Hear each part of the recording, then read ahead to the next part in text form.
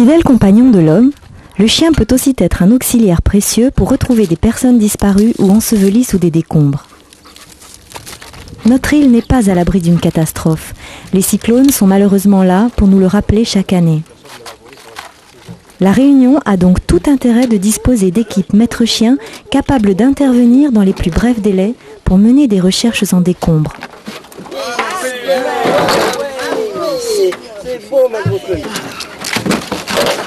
L'ACER a donc organisé un stage d'éducation à la recherche en décombres en faisant intervenir Patrick Villardré, figure emblématique de la cynophilie française.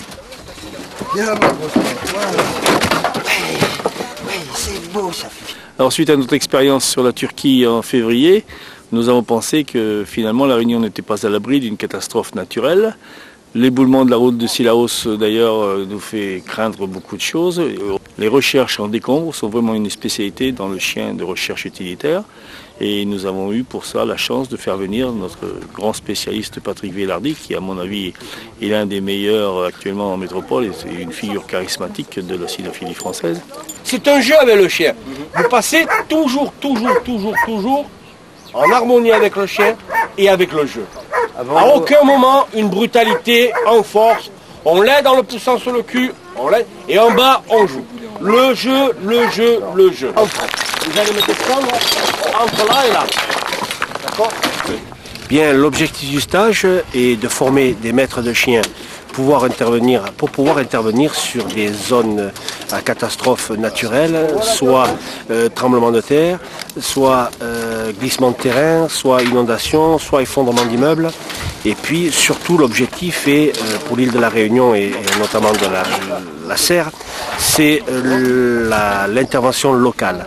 Comme vous le voyez derrière moi, les gens sont en train de fabriquer une cache pour pouvoir enterrer une personne vivante et pour pouvoir faire intervenir le chien et la localiser de suite.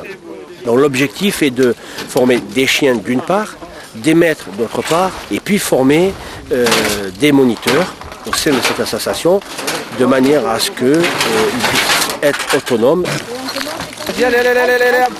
Pendant une semaine, une vingtaine d'équipes maîtres-chiens ont participé à ce stage d'initiation. Le but de ce stage était de donner les bases de la recherche en décombres et de perfectionner des formateurs locaux qui pourront continuer le travail et les entraînements. Très bien. Allez, mon bébé.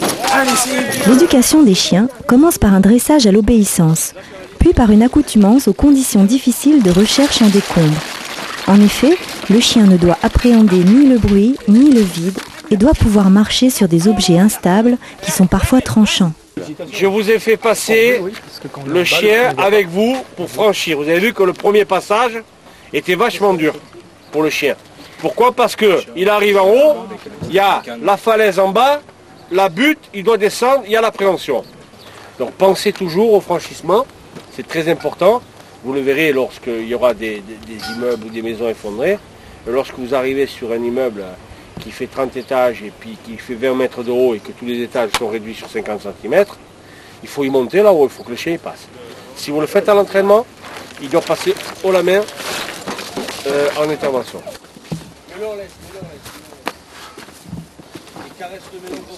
Tout au long de la semaine, les exercices vont se succéder. Le chien devra tout d'abord retrouver son maître dans une cache ouverte, puis dans un endroit fermé. Le maître sera ensuite accompagné d'une personne étrangère afin d'habituer l'animal à chercher une autre odeur que celle de son compagnon. En fin de stage, le chien devra être capable de faire une recherche sur étrangers sur des parcours de plus en plus difficiles.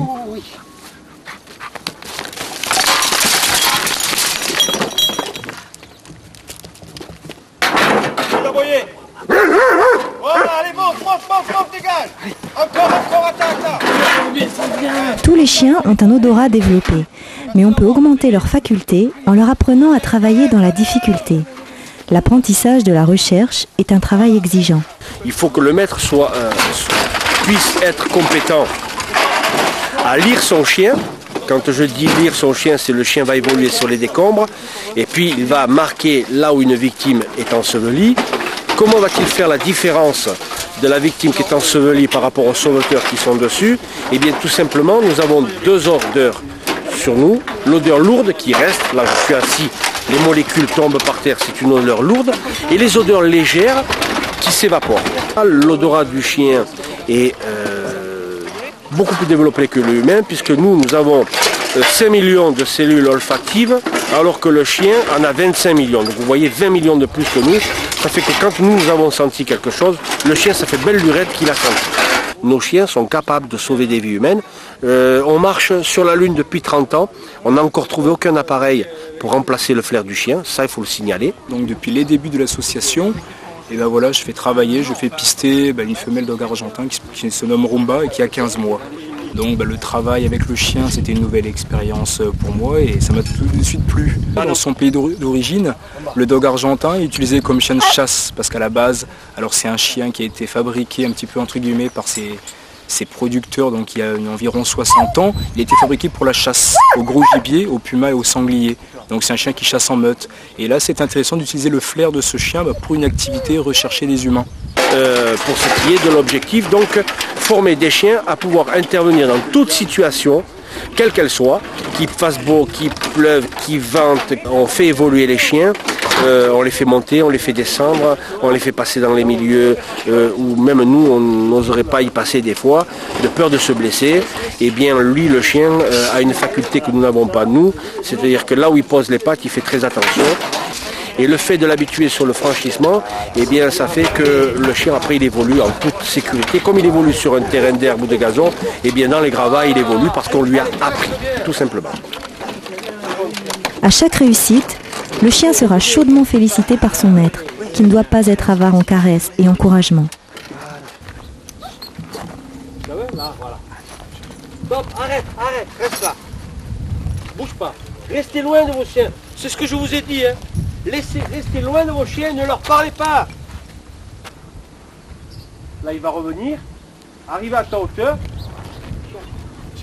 Voilà. Regarde, tout seul. Là, regardez bien le nez, là. Là, c'est significatif.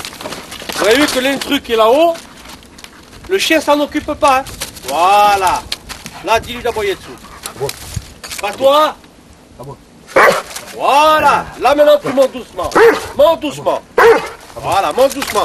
Viens là, continue à aboyer dessus. Continue, voilà. Là, viens, voilà. Mets-toi là-bas sur le côté. Mets-toi à genoux. T'occupe pas du chien. Continue dessous, aboie. Voilà. Là, tu montes, regarde, doucement. Tu restes tout tiers, là, voilà. Là, tu montes. Allez, continue. Continue.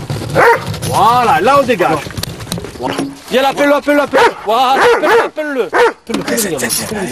Allez, viens chercher ton boudin. Le bras, en fait, est un ressort, d'accord? Vous retenez votre chien, d'accord? Attention, comme je parle là, hein. Au moment où vous tirez en arrière, le chien, lui, il va vouloir partir en avant, vous, clac, on ouvre. Vous lâchez, ok? Et le chien, il part sur une impulsion. Quand il sera perdu, le chien, quand il va être perdu, il va se retourner vers vous, l'air de dire, bon, qu'est-ce que je fais? Au moment où il se retourne vers vous, allez, cherche, mon garçon. Tant qu'il est motivé, on le laisse faire. Tant qu'il cherche, tant qu'il a le nez au sol, tant qu'il est là au travail, vous lui foutez la paix. Par exemple, Et le chien, 10 mètres derrière le chien, minimum. On a vu l'esprit d'équipe se développer, comme vous pouvez le voir toujours derrière moi. Cet esprit d'équipe est devenu soudé au bout du 4e jour. Les chiens, malgré la fatigue du stage intense, eh bien, on fait une progression énorme. C'est le bienfait d'un stage bloqué sur 8 jours. C'est ce qui fait que ça évolue très très rapidement et très positivement. Les gens apprennent à vivre entre eux. Il y a une cohésion et au sein du groupe des chiens, puisqu'il faut parler du groupe des chiens aussi, eh bien la sociabilité se fait. Là maintenant on lâche, vous avez vu qu'il y a peut-être 7 ou 10 races différentes, on les lâche tous ensemble, eh bien le chien ne cherche pas à se battre, ne cherche pas à imposer sa loi, eh bien c'est pareil pour l'humain. Donc la concentration, le stage est un bienfait pour ça, malgré la fatigue. Moi l'objectif premier pour la chienne, vu la race, c'est surtout au niveau de la sociabilité que j'ai recherché dans cette association, la sociabilité au niveau de l'homme et au niveau du chien. on voit autre chose, on voit un peu mieux comment ça se passe sur les décombres vu son expérience et tout. Et voilà, quoi, on va essayer de travailler le chien pour changer l'image de l'Amstaff, qui en fait n'est pas un chien agressif, mais c'est vrai qu'il faut plus de sociabilité que d'autres races. Le chien doit apprendre à monter sur les décombres et à se déplacer sur des amas de tôle et de béton instables et parfois dangereux. Il ne faut pas moins de 2 années pour constituer un duo capable d'intervenir en situation réelle. Allez, cours Franck, bouge-le. C'est bon tout ça, merde. Allez, caresse. Allez. Oh putain. Ah, c'est bien, ma fille. Et vous avez vu la progression? Oui. Hein, on est passé de la recherche du maître à vue sans boucher. Deuxième phase, recherche du maître à vue, on a fermé le trou. Et là, une fois que le chien aura récupéré un petit peu, on terminera par une recherche du maître avec étranger.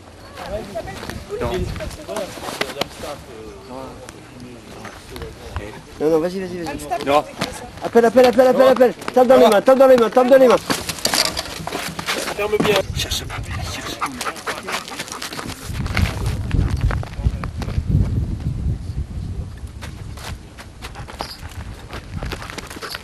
Ah, c'est bien.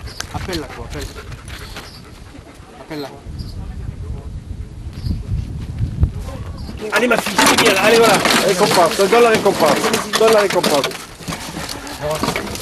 En situation d'exercice, le chien est récompensé à la découverte par la victime. Tout travail mérite salaire. Le chien n'en sera que plus motivé en situation réelle de recherche. Des 600 missions que j'ai effectuées, des 50 vies que mes chiens m'ont sauvées, parce que c'est pas moi qui les ai sauvés, ce sont mes chiens, des 6 tremblements de terre, l'expérience que j'ai acquis sur ces différentes interventions, eh bien je leur transmets. Et puis je leur fais voir que bien ils sont aussi capables que n'importe qui de pouvoir un jour, avec la passion qui les anime, qui est la passion du chien et qui est la passion du secours, de transmettre cette passion que j'ai.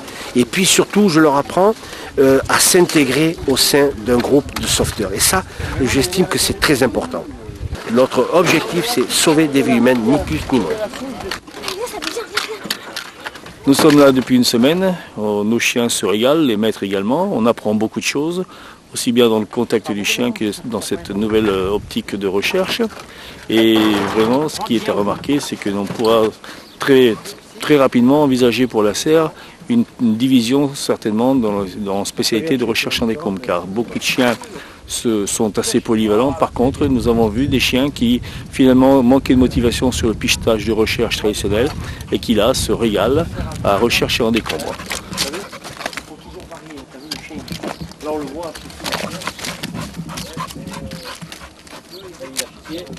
Après avec le métier, il te voit là. Voilà.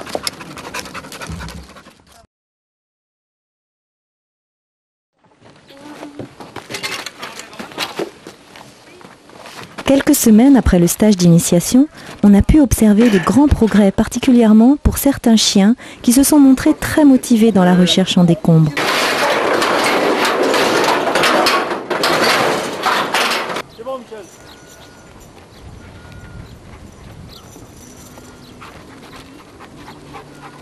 Voilà, donc la progression des chiens, là, comme on a pu le voir par rapport au stage de Patrick Villardry, qui s'est fait maintenant il y a 2 mois, on s'aperçoit que les chiens maintenant ils sont sur personnes étrangères, qu'ils aboient à la découverte, qu'ils grattent à la découverte. Là les chiens partent hors vue, c'est-à-dire que les victimes sont cachées hors de la vue du chien et le chien doit faire ses recherches de lui-même pour pouvoir faire la découverte.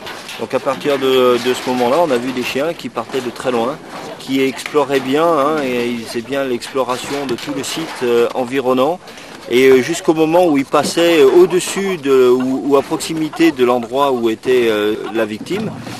Et à partir de ce moment-là, ils marquaient leur intérêt, ils remuaient la queue, les oreilles se redressent.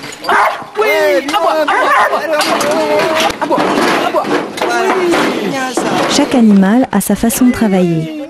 Scooby-Doo, dog argentin mâle, s'est révélé être très très fougueux et entreprenant dans ses recherches. Le chien saute la dernière pièce dégagée pour rentrer dans la cache, retrouver la victime. Ça, c'est extraordinaire, quoi, parce que les chiens ont vraiment eu une progression très, très impressionnante. Donc tu tiens comme ça, tu lui donnes, tranquille, sur le bout des doigts, d'accord? C'est bon? Mais elle n'est pas méchante, hein? Et au contraire, elle vient te chercher pour te sauver. Allez, vas-y, c'est bon. Allez, on y va. Safia, allez.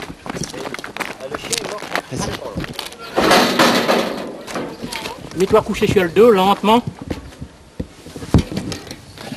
Voilà.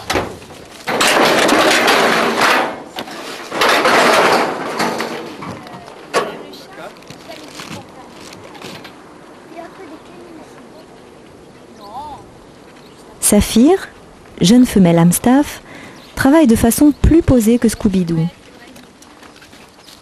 Très appliquée, elle cherche et explore méticuleusement les différents espaces, tout en demandant régulièrement l'appui de son maître. Qu'est-ce qu'il y a? Qu'est-ce qu'il y a là? Qu'est-ce qu'il y a, fille? Qu'est-ce qu'il y a? Quelque chose? Qu'est-ce qu'il y a? Qu'est-ce qu'il y a? T'as trouvé? Ouais. Le maître commence à effeuiller l'entrée de la cachette. Le maître doit systématiquement encourager son chien à aboyer à la découverte, réflexe qui sera nécessaire en conditions de recherche réelles. Il est où? Il est où? Il est où? Au moment de l'accès à la cache, Saphir montre toute sa joie de retrouver la victime ensevelie. Allez, allez, fille, oui. Essaye de sortir en même temps. Oui. C'est bien ça. Bien là. Essaye de sortir lentement. La progression est vraiment excellente. Je pense qu'on aura en gros 5 ou 6 équipes opérationnelles d'ici la fin 2003, réellement opérationnelles. Ah bon? Au vu de la progression des équipes maître-chien, l'association disposera à court terme de plusieurs équipes opérationnelles en décombre et envisage, en cas de besoin, de donner main forte à nos voisins de la zone océan Indien.